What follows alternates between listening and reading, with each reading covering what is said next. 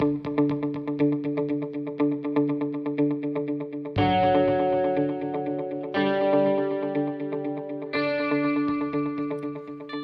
welcome back, everybody. It's time once again for another episode of Health Talks with Dr. Trin. The one show, the only show that shows you the path to a healthier life, one conversation at a time. And today, well, we've got the conversation I've been waiting for a long time. Dr. Trin, fill us in. Who'd you bring in today here? All right, everyone. Welcome and good morning. My good friend Jordan. We go back probably about 10 years when we were in Vietnam together, I believe. Good morning, brother. Yes. We were kind of like missionaries in Vietnam together, doing some work, and it's been 10 years, hasn't it, Jordan? Yeah, it's been amazing. Yeah, it's been amazing. Been great to get to know you and now, work together. I'm old enough to remember when, Dr. Trin, when you said that phrase, we were in Vietnam together, that had a whole different meaning. That meant for my generation, we were serving in what they call the Great American War over there, what we call the Vietnam War over here. It was a different time and place in Vietnam here. Vietnam, that phrase had a completely different meaning from a peace-loving, helpful, let's help the world phrase to a violent time against a communist erection. It was a whole different thing here. And you really are the perfect person to kind of talk about that segue a little bit, because you were one of the people flying out in the helicopters, fleeing the country at that moment. That vivid image that I have as a kid of the last helicopter leaving Saigon, since renamed something else or whatever here. Talk about that a little bit. Is any of that resonate, or is that just old guys like me here? The fact that you guys were back in Vietnam for peaceful healing purposes here. Is that?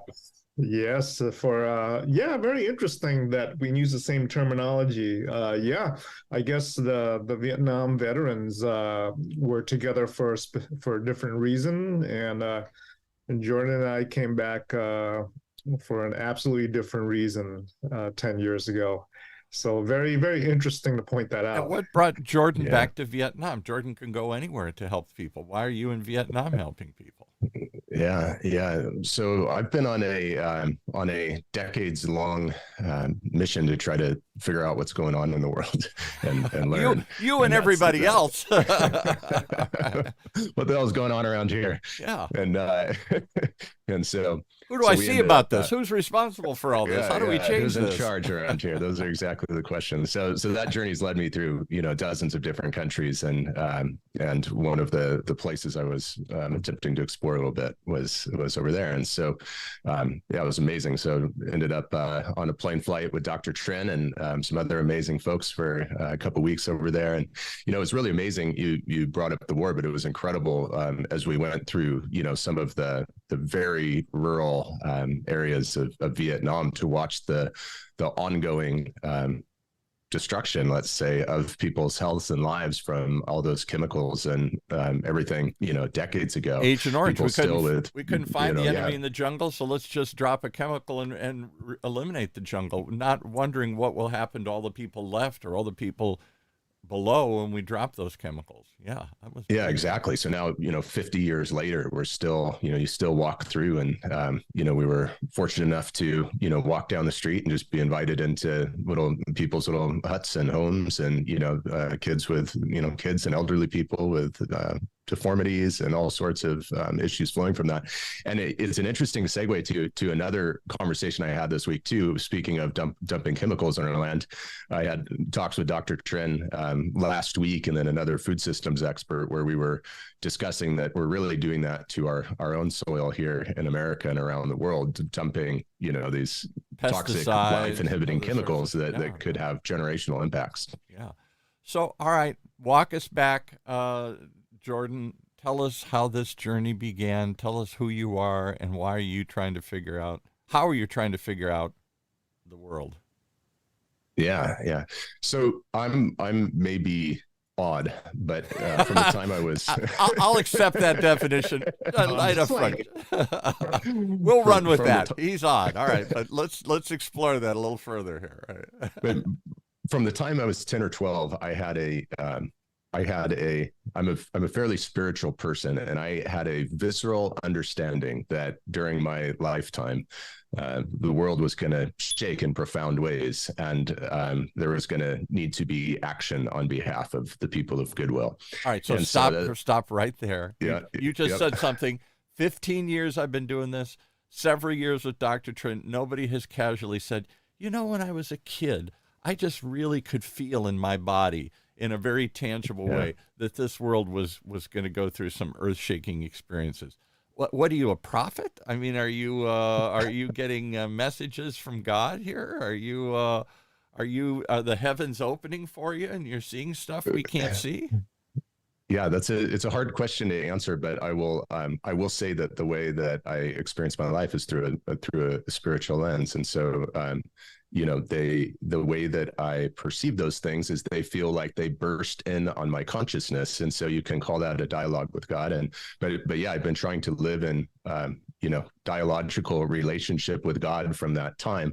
And then, then God and the universe are kind enough to bring external events and other people who can perceive things around and speak. And so it's like, I've been trying for now, I'm 38 years old, right? So I've been trying now for the last 25 plus years to triangulate and figure out what that means to carry that, And so how I responded to that was to basically say, okay, this is a very strong impression.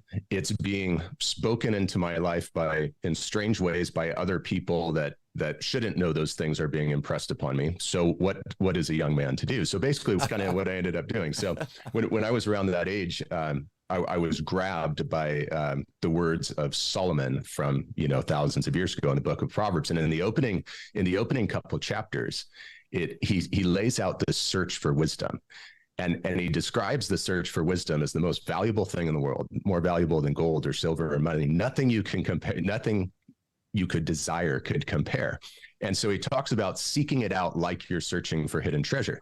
And so from that age, that was kind of the beginning. I'll just point out that we are streaming this live from the University of California, Irvine, that would completely agree with that philosophy, the search for wisdom.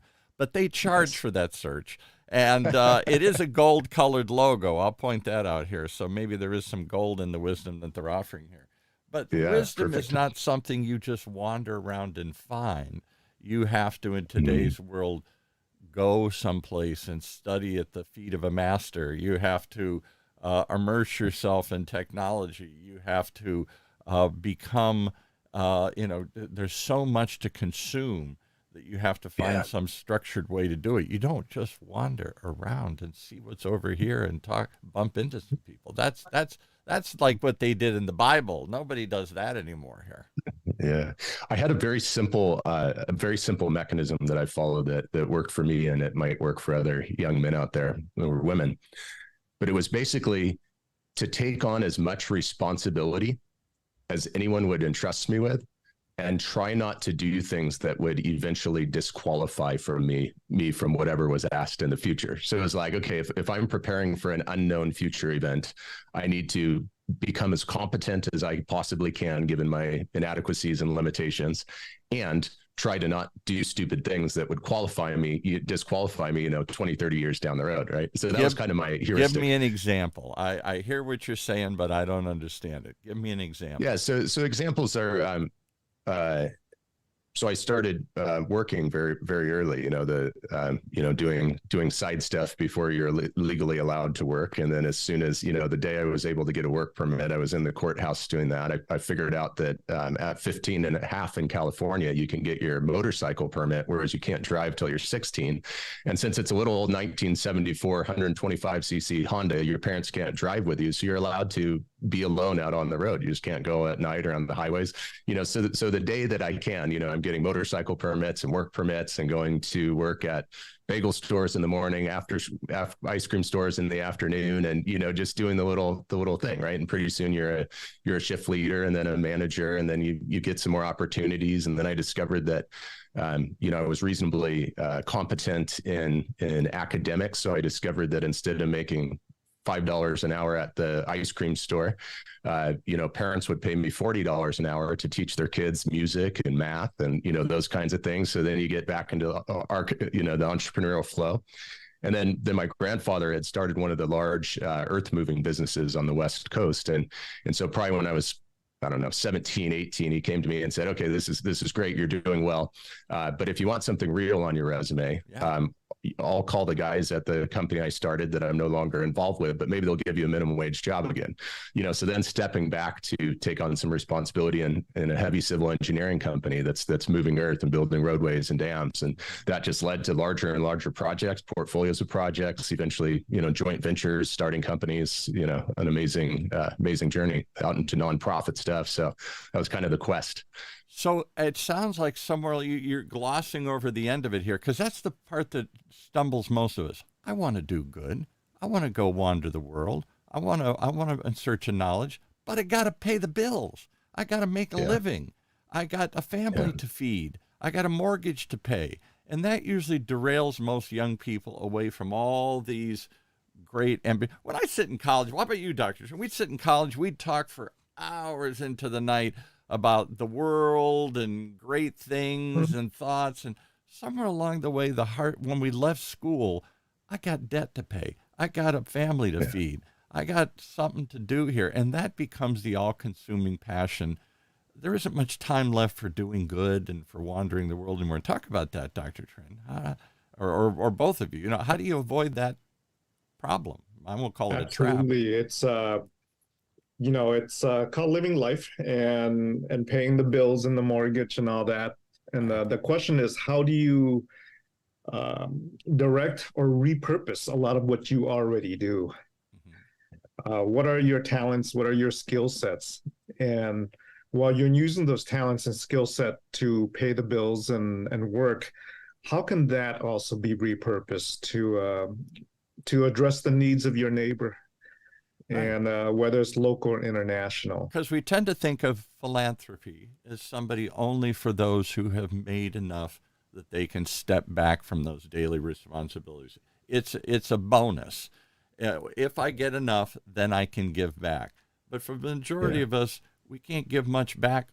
One, because we don't have a lot of left over, and two, because it takes so much time and energy just to get through the day and to survive life and to maybe grow a little bit and get a few perks. I want to take a trip. I want to get a bigger house. A few things I like or desire. You don't have to be greedy about it, but just things that you want or your family wants or your kid wants. They need new braces. They got to go to college, other sorts of things. That can become, that I find in my own life and many people, that can push all those other things away to some other point. When I'm retired, when I have the time, when I have the resources, if I ever have the resources. And Bill Gates is a perfect example. I don't know Bill Gates from a hole in the wall, but just what little I've read about him, one of the things that he was criticized for much of his life, he was a workaholic, clearly, like many of these people. He worked round the clock daily and never gave to charity much, never got involved in donations, very wealthy man, but he was so focused on building this legendary company. And it was only when he stepped back and said, I give up that burden. I finally hand it off to somebody else, which very few entrepreneurs ever do. Hard to let go of your baby. But when he finally did that, suddenly he's flipped and become one of the greatest philanthropists of all time, donating reportedly, he and others, this pledge he's going to give away almost all of his money during his lifetime here. I mean, from one extreme to the other, from don't talk to me, I don't have time, to I only have time to do this. Isn't there a middle ground? How have you worked that needle, Jordan? Have you made so much? Have you done well enough financially that you don't have to worry about the questions the rest of us do, or is there some wisdom you can give us how to do both? Yeah, man. So I've walked the full gamut. I'm working, way more hours than most people know. I ended up another shortcut I took was, involved sacrifice too. So that's a sacrifice to get up earlier and work harder. Right. Another place that one of those decision points came, you mentioned sitting in college and thinking about when you're going to engage life. So I was lucky enough to go to Pepperdine my freshman year in Malibu. And then I was lucky enough to get to spend my second year of school in Heidelberg, Germany, with an unlimited rail pass, school 4 days a week and an unlimited rail pass. What? And Wow. so I came back from that and was interning. I try, every time I had a week off school or a summer or anything, Easter break, Christmas break, I'd go back in and intern and work at that civil construction company. Right. And so I was about 3 weeks before going back to my junior year of college, getting ready to surf and play in Malibu.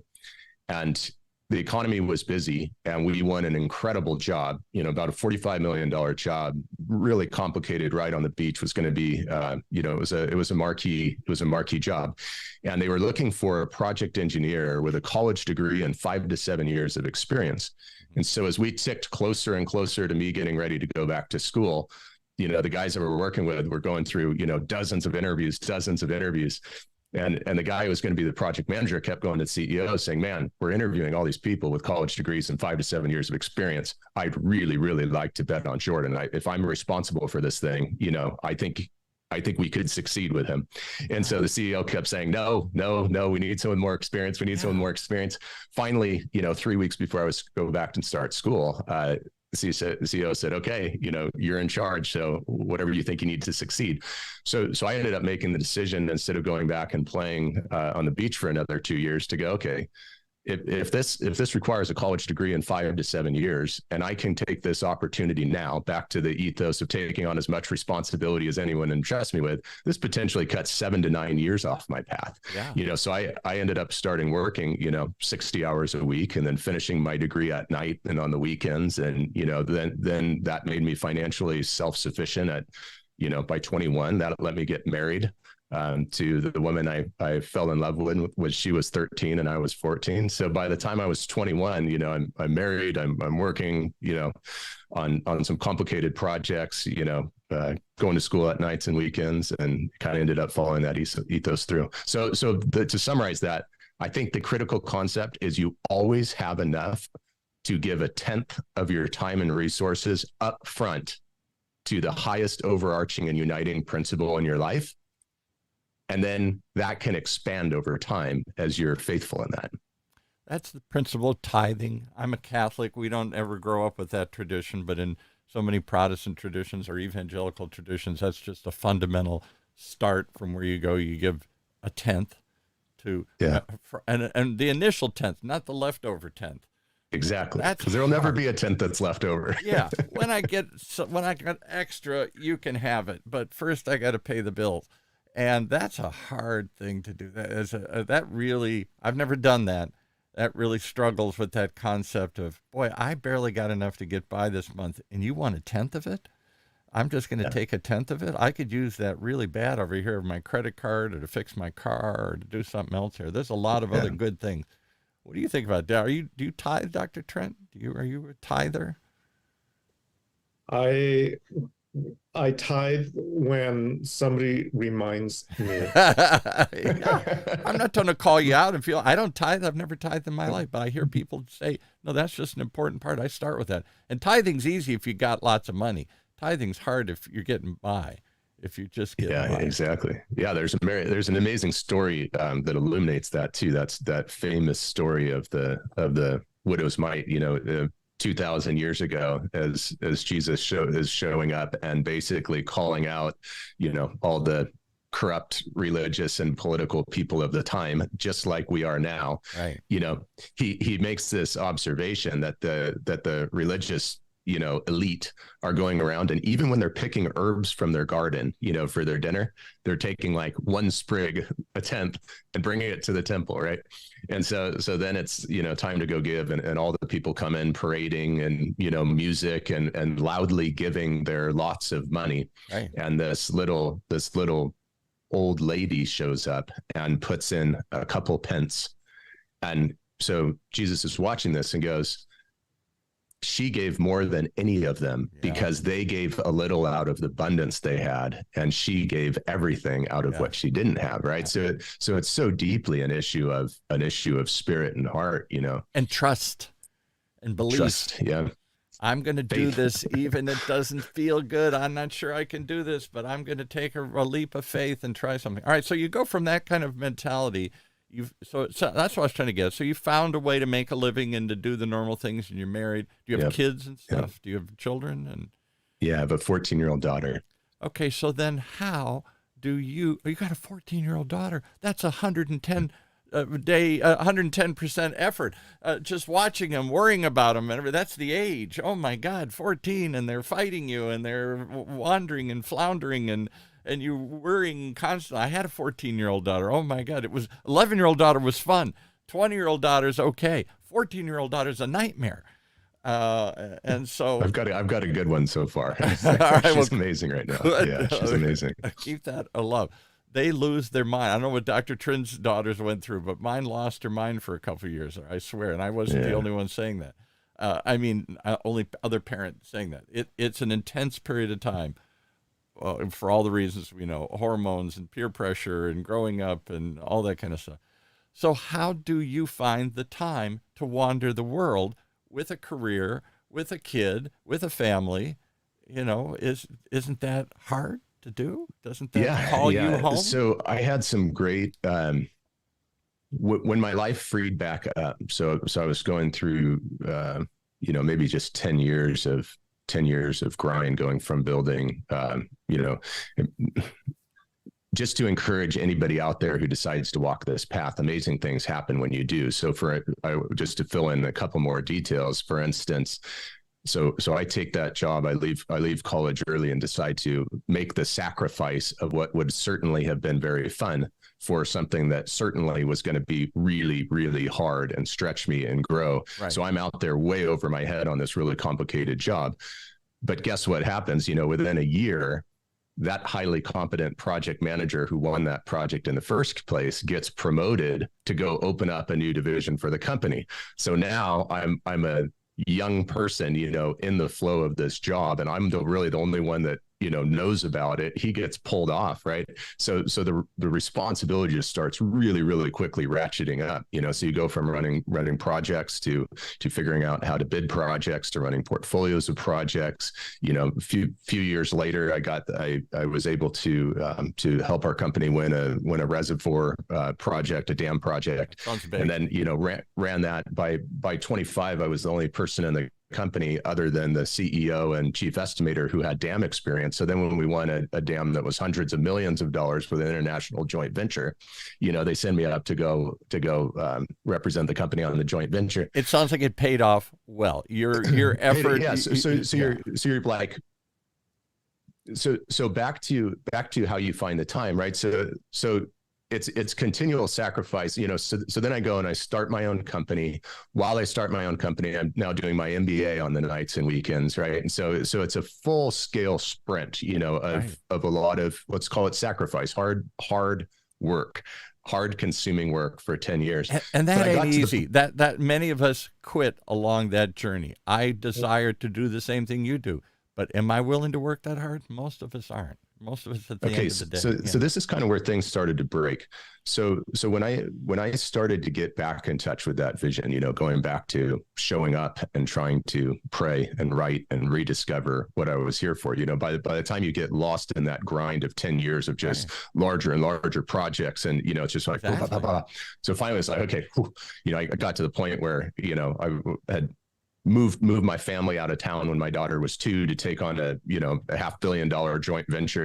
My marriage is falling apart. Right. So it was like, all right, we need to recenter. Which is what your father saw when he's building luxury homes and big homes for people with big pocketbooks. And on the outside, everything looks happy, and on the inside, the pressure, the grind, the everything of achieving that can be destructive. Exactly. I'm not trying to push against success. Success is great, but success has a price to it. Exactly. So I got to the point on that big joint venture where it was another sacrifice, where then I chose to sacrifice my career potentially for for my family. So we were 2 years in, and we had basically got to the point where we knew this was going to be one of the most profitable jobs in the company's history. We had it set, everything was going, the team of teams was running well. So I went to the CEO and I just said, hey, this may be expensive for me, but my marriage is falling apart. I need to get my wife home. We've got this job set up well. I'll transition it faithfully over the coming months. We can do this slowly, but I need to get my wife back home near her family, and we need to regroup. So then it's like, just like you said, okay, I can see where this road of more and more work on larger and larger things while my family's suffering leads, and I don't like that. And so I'm going to sacrifice, that potential for that in order to get back and recenter. But one thing that happened when I got back and recentered was I got back in touch with this idea from my youth of, okay, we're here on these work sites. And on a work site, there's this uniting idea of the designer's intent, the purpose that we're all here for. Interesting. And, okay, right. We're building something.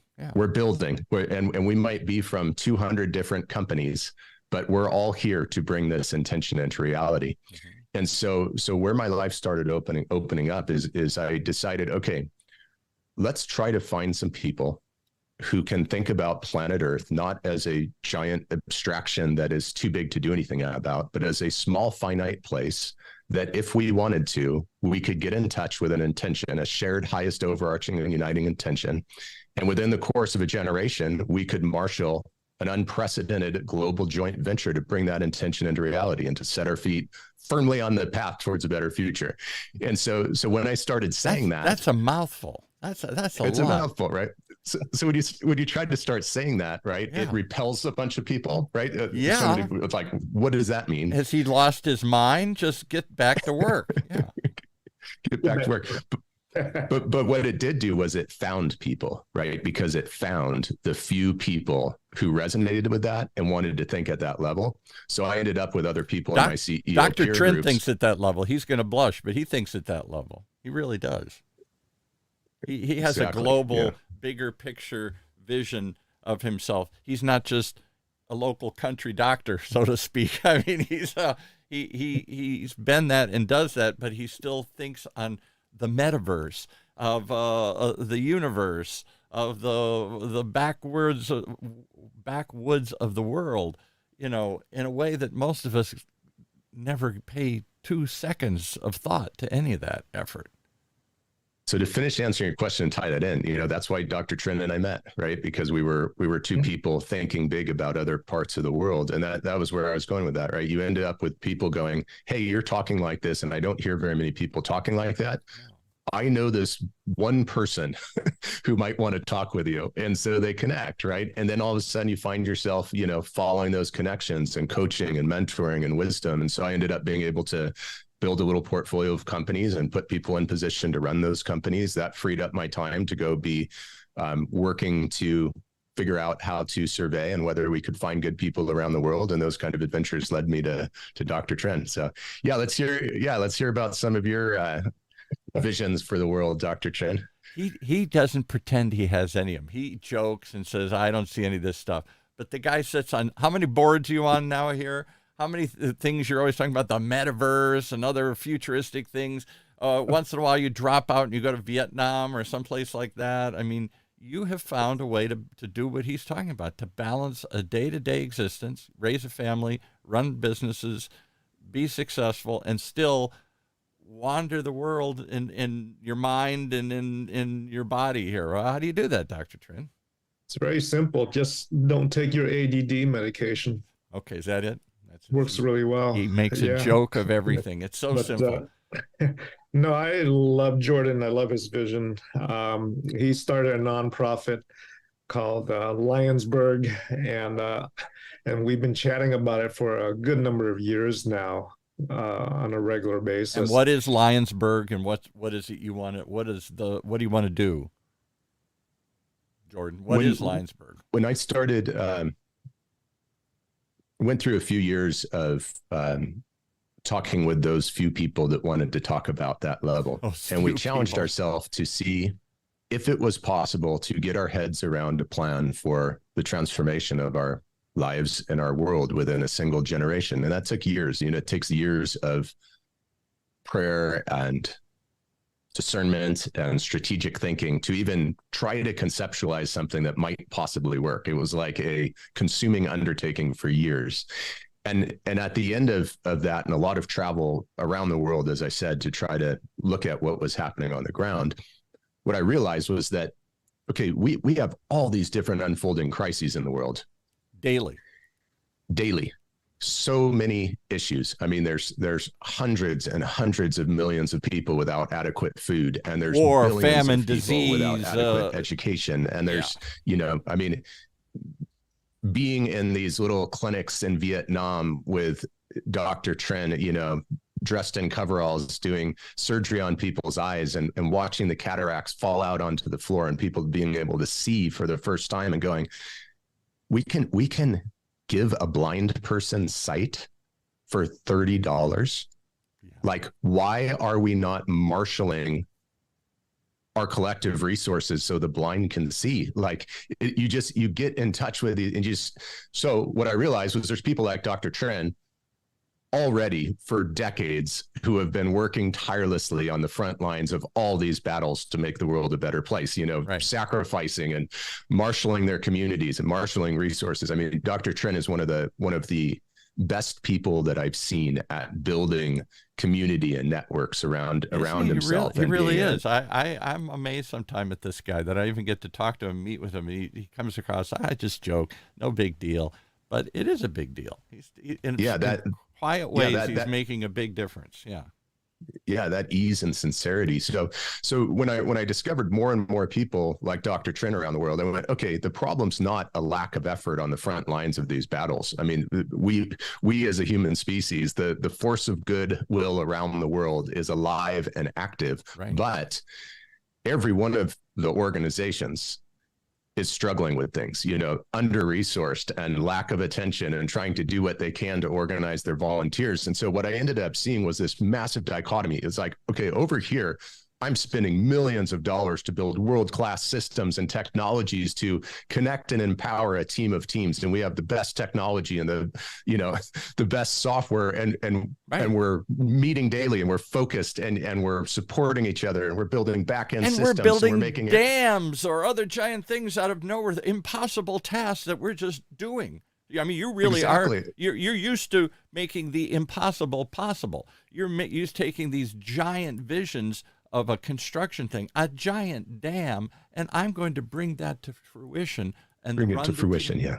It's to fruition. It's going to suddenly appear. The seed is going to grow into a tree, and a fruit's going to start to fall from that tree here. That's an amazing experience. So the vision of Lionsberg was basically, okay, well, what's needed? What is needed in service? If we are going to avoid failure and succeed at this moment in history, what's missing? What's the gap? And I was reminded of this prophetic vision from thousands of years ago where a prophet's standing and looking over a valley of dry bones. And as the valley of dry bones is spoken to, as the prophet starts to speak the truthful words that bring forth life and future, the dry bones start rising up and rattling and then coming into form and coalition, right? And so that was kind of the guiding vision. It's like, okay, these are all like amazing, valuable, unique parts of the body of goodwill strewn across the earth, but separated and divided, we're all struggling and we all lack the true transformational power to actually execute on the missions and the values that we share. And so that's the heart of Lionsberg, basically. So it's like, okay, what are we going to need? We're going to need to forge a backbone infrastructure to connect up these groups. We're going to need to figure out how we map and know what we know. We're going to need dynamic knowledge repositories. We're going to need shared templates and prototypes. We're going to need to figure out how He's talking entrepreneur talk again here, Dr. Trin. He's talking all this stuff that I hear all day long at UCI's Applied Innovation Center. Like this is just the normal way most of us talk. All right, we need data sets, we need templates, we need paradigms with shifts, we need organizational structure and everything. We do need all that because too often I listen to this show for a while. Dr. Trin brings in people like himself who decided I can drive by and just ignore the problem, or maybe I can stop and pick this up. The famous story that somebody told me years ago, everybody's heard this story, but I'll say it one more time.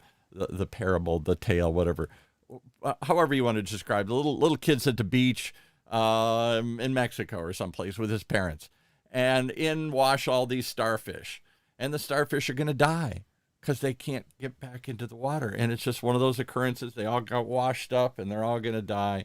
And this kid starts picking them up one by one. There's millions of them. And he's picking up one by one and throwing them back in. And one of the locals said, "What are you doing?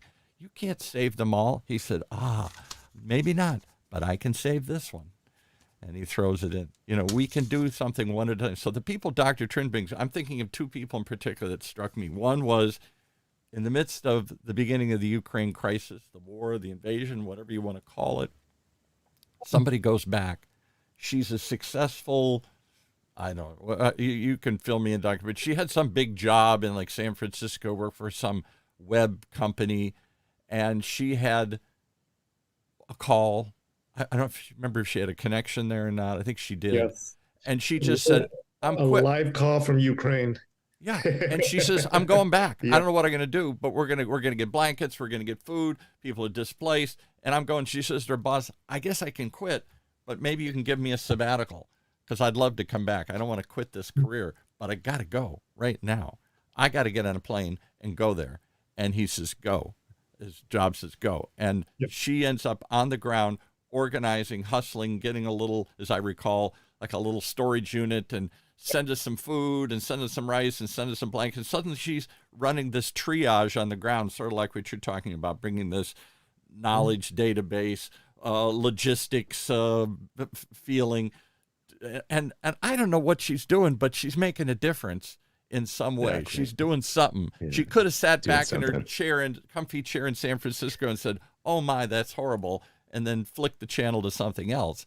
Or she flicked the thing. And the other guy that struck me, there was one guy in your show, I forgot his name now, but he was driving along, I want to say Sand Canyon or someplace here in Orange County, some big street, and he sees a bunch of migrant workers over there, and like day laborers, migrant workers. Mm-hmm. And he doesn't know these people, but somehow he gets this call, "What if I went over and talked to them?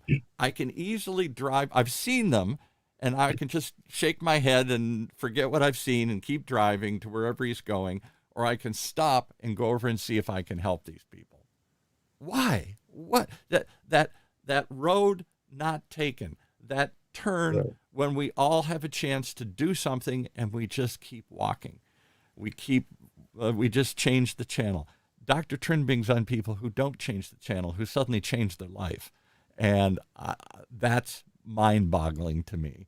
That's what you're talking about here. Now you're talking about organizing all these little individual people that suddenly responding to some call and putting them into a team, into an action group, into a giant network that can build dams against bad things. That's dams against injustice. Yeah, exactly. Yeah, and it's like the way that my being works is when I see that infinite beach of starfish, it's like, okay, yes, and hooray to every child who's out there one at a time. Right. And it's like, for the love of God, could we please get a little organized and we can do 10x, right? It's like, and so it's totally noble to do it one at a time. There's nothing wrong with that, but there's also an opportunity cost, but because by keeping our heads down, struggling in isolation one at a time, we're foregoing the opportunity to arise and unite as a truly capable, competent body that could actually execute and move towards the future we want. And so it's like, what's the cost of doing nothing? Right. Is one. And that cost is maybe more expensive than we possibly know. Right. So let's do something. But then what's the cost of struggling in isolation and failing to live up to the potential we could have together, right? And it's because the kid really only did save a handful. Obviously, we know the end of the story. Millions of them did still die. But the child made an effort, took a stand to save a few. And that's the point. Do we even bother to save a few when it's so overwhelming? I'll give you a different example. I see this all the time. I've had this discussion with people, big charities that have come in here. And I say, you give us such a big, overwhelming problem that you lose me right at the beginning. It's so overwhelming what you're trying to do. Stop cancer, stop poverty, stop. And I was related to this. Is a horrible example. Don't beat me up for doing it, but it's a real example.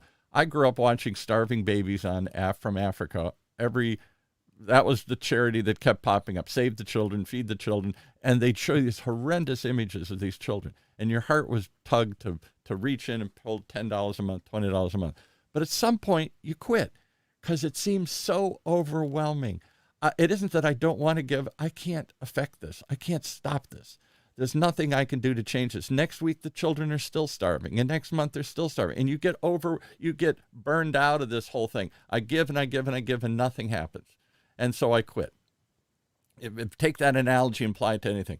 And I think that so often we get good people give up because it just seems so hopeless. Yeah. I think that goes back to struggling in isolation. It's like, I think that's part of it. I don't feel like I'm making any difference, so I quit. So, I mean, just two quick threads to pull. One is that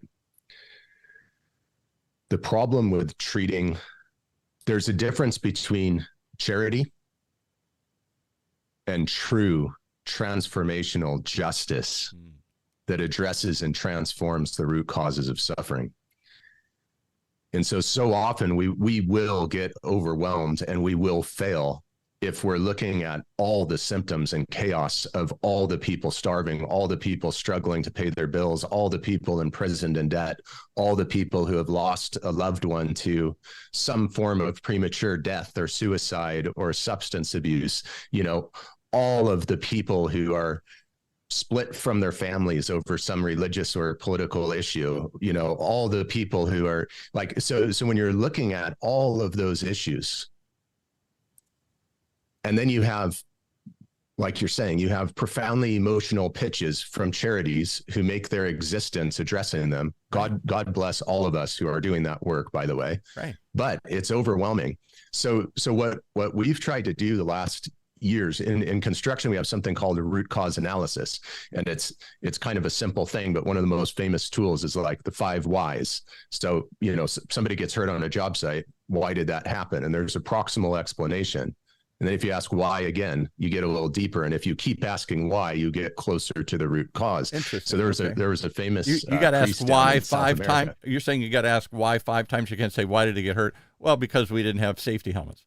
Okay, then why didn't we have safety helmets? Why didn't we have safety helmets? Yeah, and then you got to ask why 5 times to get to the real core of, well, we don't have safety helmets because, I don't know, we don't have enough money or something here or whatever it is. Yeah. And so you end up, and what you end up finding is when you have 10 different accidents, and you might get 10 different answers on the first why, but by the time you ask why 5 times, you start getting to the true root causes of the way you're operating. Interesting. And when you transform those deep root causes, then all of a sudden all the symptoms go away, right? And so you have to get to the root cause. So that's where we're at as a human species. There is absolutely no way that through charity, treating and subsidizing the tremendous suffering of billions of people flowing from the deeper root causes, there is no way that we can use 1% or 10% of our time and energy to fix the problems that we're causing with the other 90%. Right. The only possible way is to get to the root causes of how we're being and cooperating and competing and destroying each other in the earth as a human species that's causing all of that. Right. And then you start to get there. So there was this priest in South America who said, when I ask why, when I feed the poor, people call me a saint. When I ask why they're poor, they call me a communist. A radical. The radical. Yeah, you go do charity. It's like you treat and subsidize the causes of dysfunction, cover them up, make them go away. Why are all these people starving? It's like, you radical communists, like support the program, right? I'll switch this to another gear, and maybe we'll bring Dr. Turing back in again. So he always talks about the dysfunction in the current medical system. On the one hand, we live longer and have healthier lives than we ever have. We live into our 90s, many of us now, and everything. So you could argue health's a wonderful thing, and we figured it all out. But there isn't anybody that feels that our health system couldn't be better. It's a machinery. You get 2 minutes in front of the doctor. they're really only there to analyze the immediate problem and not look at the holistic solution. What's causing your pain or suffering or back problem or something here? I'm going to treat that immediate symptom, and I basically only have 2 tools in my kit, a pill or a procedure. I can't look at a lifestyle change. I can't look at nutrition. I can't look at alternatives of any sort. I got 5 minutes to fix this problem. I got a pain. I got a procedure. Which do you want? Move on. And then they come back and stay in the system over and over and over again. And the system rewards everybody for that process of pushing them through. And it doesn't really solve a lot of the chronic conditions that take more thought or effort or life changes or holistic approach. We've all got, it's modern world. We all have depression, anxiety, diabetes, overweight, high cholesterol. These are just chronic conditions we've just accepted as part of modern living here. And could we change this? Could we fix any of this? First, you got to ask why, and then you got to be a radical and want to change the whole system and uproot the whole system here. So it's easier just to put a Band-Aid on it and keep it moving. Isn't that what we do about all these problems, Dr. Trent? Are we just putting a Band-Aid on it? When I give $10 to feed the children in Africa, I've put a Band-Aid on it. I don't know that I've helped stop the bleeding for that minute. And yes, that's some value. But after time, I get tired of putting Band-Aids on it. And then we go to the bigger issue, why doctors and nurses quit and burn out and kill themselves and everything here. Because they just feel hopeless. I'm just endlessly putting Band-Aids on things here. There's a large group of Kaiser medical professionals on strike right now. Yeah, largest ever. Is that 85,000 professionals or something? I think it's the largest ever. Technicians, radiology tech. Yeah, it's pretty crazy. And they can't recruit people into this field. All the money that you can make, all the need for this thing, and it's having struggle to do it because it's burnout. And it's burnout because all I'm doing is it's triage. I'm treating the same thing over and over and over and over and over again. I'm never stopping the problem. I'm just stopping the bleeding for the moment. Isn't that the way we approach so many problems? Health problems.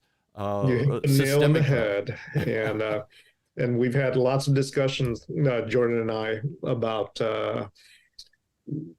how the current health system operates, and it's a system that is built upon sickness, not upon wellness. Yeah, right. Yeah, you're rewarded. Sickness is a good thing. If I made everybody well, we'd all go out of business.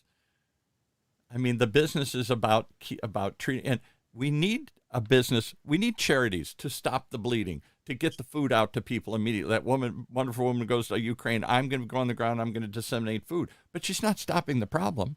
The problem is there's a conflict going on there, and as long as there's conflict, you're going to disrupt people. People are going to die. People are going to get disrupted. Bad things are going to happen. But until that happens, somebody steps in and puts bandages everywhere. The triage approach.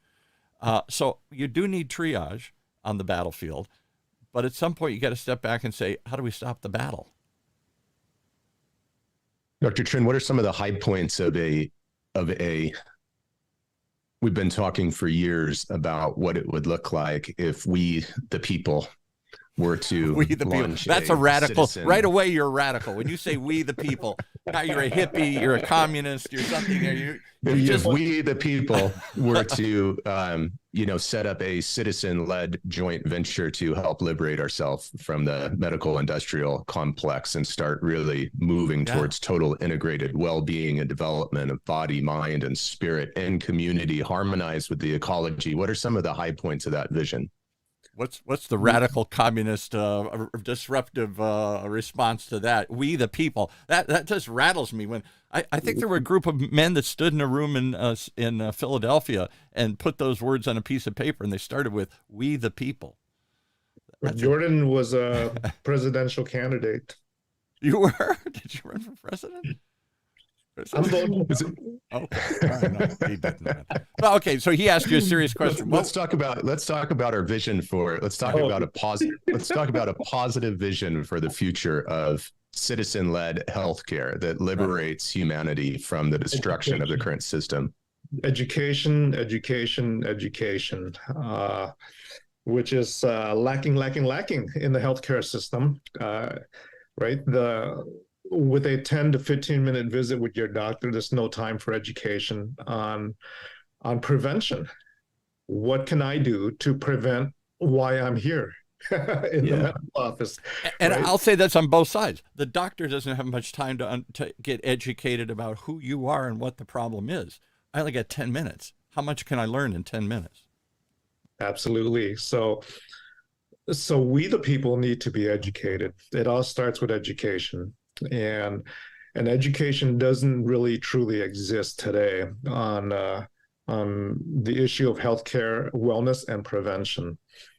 Our system, again, is designed where you only see the doctor when you're sick. You don't see him when you're well. But the doctor doesn't have time to tell you what you need to do to stay well, whether it's metabolic syndrome, diabetes, heart disease, cancer, Alzheimer's. And so the problem is compounded by the fact that we have large organizations and corporations that push for profit over wellness, right? Think of the food industry. The word sugar is hidden in the label, right? We don't use sugar. We use different words. Fructose or corn, corn syrup. Right?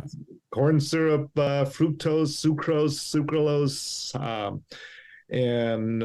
and so we have an industry, and not to sound conspiratorial, not toward health but toward profits. Not to sound conspiratorial, but they hide the word sugar because sugar's the addictive quality. Sugar's what makes it.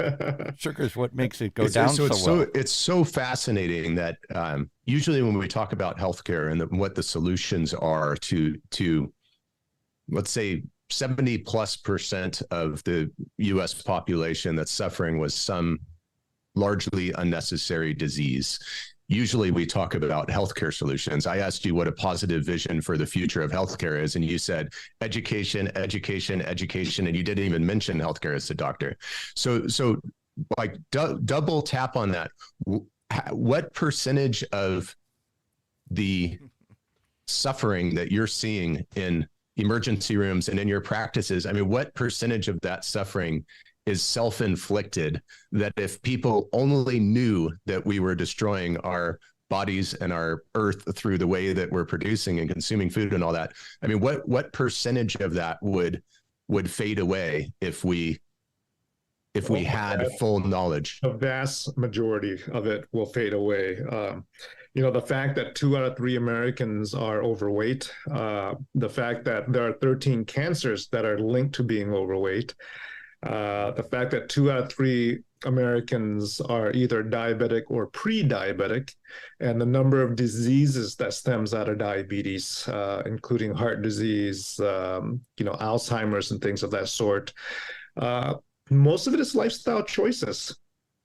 Nutrition, what we decide to eat or not eat, what's in our refrigerator, how much exercise we want to do, how much sleep we want to get. Anxieties, depressions, other things. I'm not all saying, but a lot of that is environmentally. It's a lifestyle-driven disease. I think it's the great American disease. But I can't really put it on just lifestyle choices, because we have.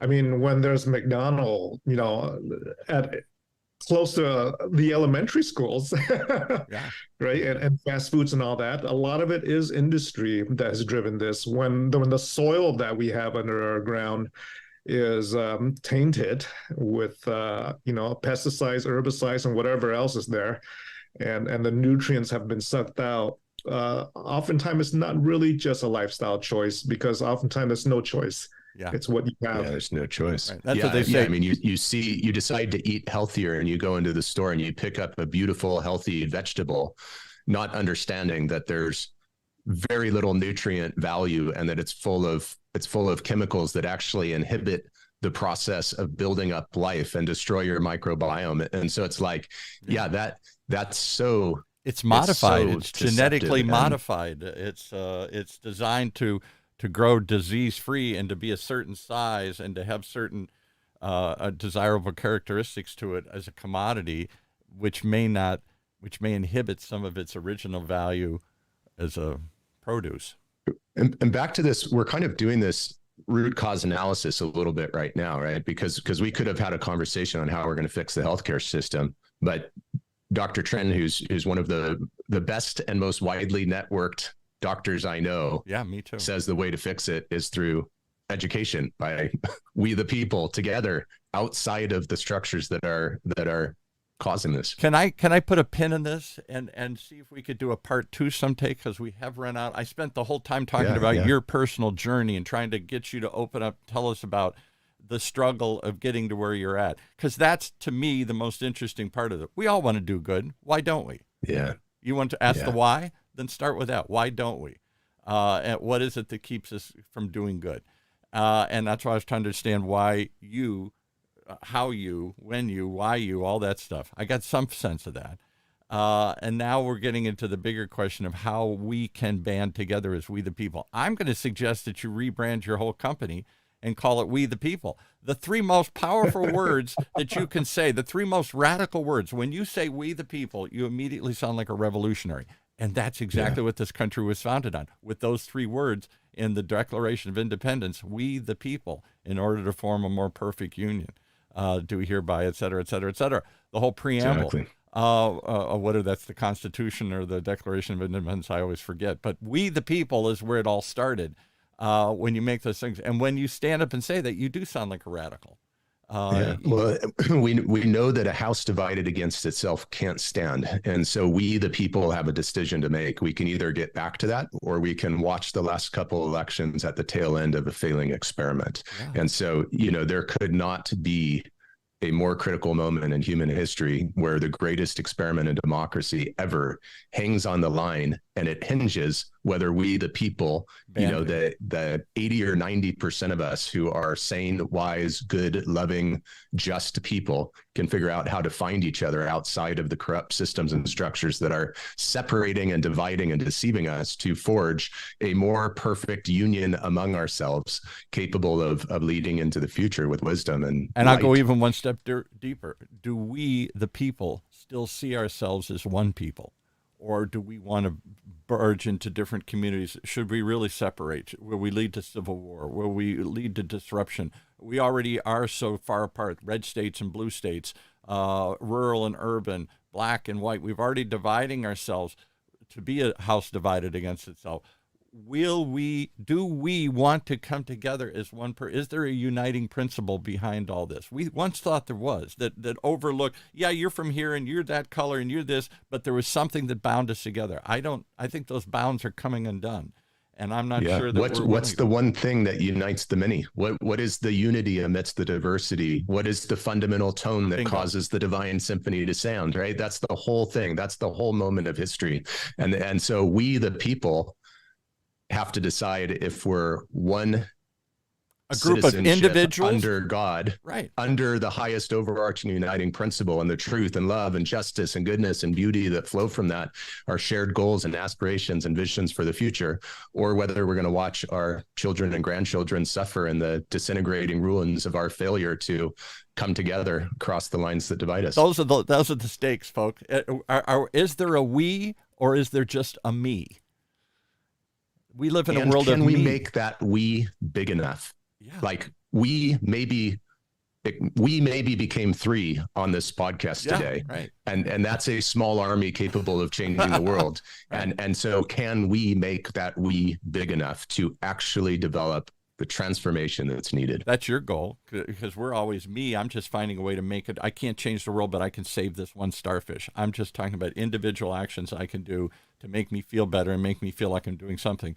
But the fear is, what I said earlier, is you get frustrated, you fail, you think it's hopeless, and you give up without united action. I don't know what unites us anymore. I sure know what divides us, but I'm not sure. Did this conversation help unite us? I think Dr. Trin's right. Conversation of any kind. He'd say, Dr. Trin would say education. I'd reframe it and say conversation. If I only talked to my doctor, instead of, I'll give you a perfect, I know we're going a minute over, but we had somebody on this show the other day, and she was an independent pharmacist, and she was a fascinating woman. She talked about integrative medicine and how you got to integrate other traditions other than Western traditions, and she's Indian, so it's Ayurvedic for her, and some other things, and on and on and on, these big picture things. And I said, when do I ever? And she said, it starts with your pharmacist. Your pharmacist has lots of data, but the pharmacist needs to get educated, like Dr. Trin, about other things and cannabis and other things. And I said, whoa, step back. Even if that person had all this knowledge, when do I talk to my pharmacist? I went in there the other day, and it's a pill pusher. I'm sorry, I don't want to be too harsh, but it's an assembly line. Next. And there is a line over there you can stand, and they'll groan and roll their eyes. Okay, you want to stop the machine and go over and ask questions. There is a format to do that, and they're happy to do that, I suppose. But not too happy because they got 20 other people behind you at CVS trying to get their prescription. And so I tend to view them just as a transactional, as a clerk at the counter. I don't view them as a consultant in my health process. We don't talk. We don't talk to each other. We don't talk to anybody. So even if there are knowledge sources out there, even if we were all educated on what to do, my argument is it starts with what we're doing. We got to talk to one another. Then we can learn from one another, and then we can learn about what's happening. But no conversation. We definitely need a part 2. Yeah. Let's put a pin on this. It would be a deep pleasure, gentlemen. Yeah, thank you so much for the conversation. And Paul, great to be with you today. Dr. Trin, thank you for all the amazing work that you're doing in the world. And thanks for having me on today. I welcome meeting people like you guys, because I'm I'd like to do good, but I probably don't do much good in the world other than wring my hands and try and get people to talk. That's my only superpower. Well, that's the amazing thing, I guess, just to, Paul, this is encouraging for someone, but you have an incredible platform here with OC Talk Radio, and every day you're doing this dialogue, and so everybody that thinks that there's not a profound way that they can arise and unite as part of that force for good and move these needles. I mean, Paul, there is, we can develop a quarterly plan, and with your superpowers, you can move the needle, because it starts with a shift of consciousness. It starts with education and enlightenment, and then coalescing the enlightening people who are helping one another, shed our ignorance and see the light of the future. Well, there's together outside of the components. places. Dr. Trin says education. I believe in that. I'm not disputing that. We got to know, we got to understand and what we can do, and talk to each other. And both sides. The doctor has to talk to the patient has to talk to the doctor. We all have to understand how the process works. I get that. I say, though, but it starts with you got to talk to each other and have a conversation, and then how we keep the conversation going. It wasn't so, gee, that was horrible, and then I forget about it. An ongoing conversation. We keep it going. And then you're talking about, okay, so how do you take that energy, that newfound, that new enthusiasm, that conversation and that education, and turn it into action and success? Otherwise, we're all just bumping into each other and running out of hope. Exactly. So yeah, if anybody feels inspired by this conversation, find me, find Dr. Trin. How do they find you? Find Paul. How do they find you? You can find me at jordannicholas.org. If you want to structurally connect, click join the movement, and that'll connect you to our frequent things. I'm at jnicholas1 on most social media, and find Dr. Trin as well. Let either of us know you heard the conversation, you're interested in our work as we the people, moving out into seeing how we can help connect and enlighten people around the world. All right. Thank you so much, guys. Let's come back and do this again. Let's not let the conversation stop here. All right. Name the date and I will be there. Nice to be with you guys. Thanks for joining us.